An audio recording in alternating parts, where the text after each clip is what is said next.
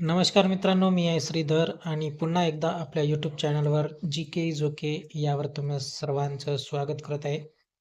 मित्रांनो, मुख्यमंत्री माझी लाडकी बहीण योजनेची जी ई-के-वाय-सी बंद झाली होती, ही आता पुन्हा एकदा सुरू करण्यात आलेली आहे. फेब्रुवारी महिन्यात म्हणजे चालू महिन्यात ही सुरू करण्यात आलेली आहे मित्रांनो. परंतु ई-के-वाय-सी फक्त त्या मोजक्याच लाभार्थ्यांना करता येणार आहे. ज्यांची ई-के-वाय-सी याआधी करताना जी चूक झाली होती, ती चूक दुरुस्ती करण्याकरिताच हे पोर्टल परत एकदा सुरू करण्यात आलेलं आहे. तुम्ही या पोर्टलवर आल्याच्यानंतर तुम्हाला येथे एक लाईन ब्लिंक करताना दिसते.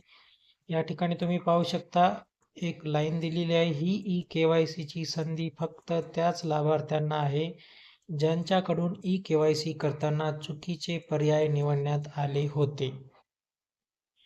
त्याच लाभार्थ्यांना आता ई-के-वाय-सी पुन्हा एकदा करता येणार आहे मित्रांनो. त्यासाठी तुम्हाला या वेबसाईटवर यायचं आहे.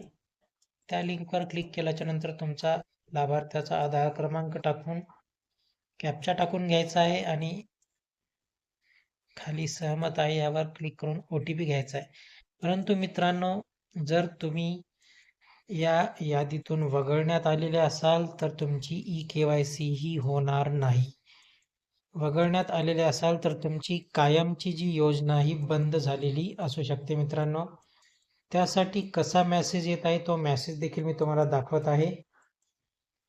मी या ठिकाणी आधार क्रमांक टाकून घेतलेला आहे. कॅप्चा टाकून आता ओ-टी-पी पाठवा यावर क्लिक करणार आहे.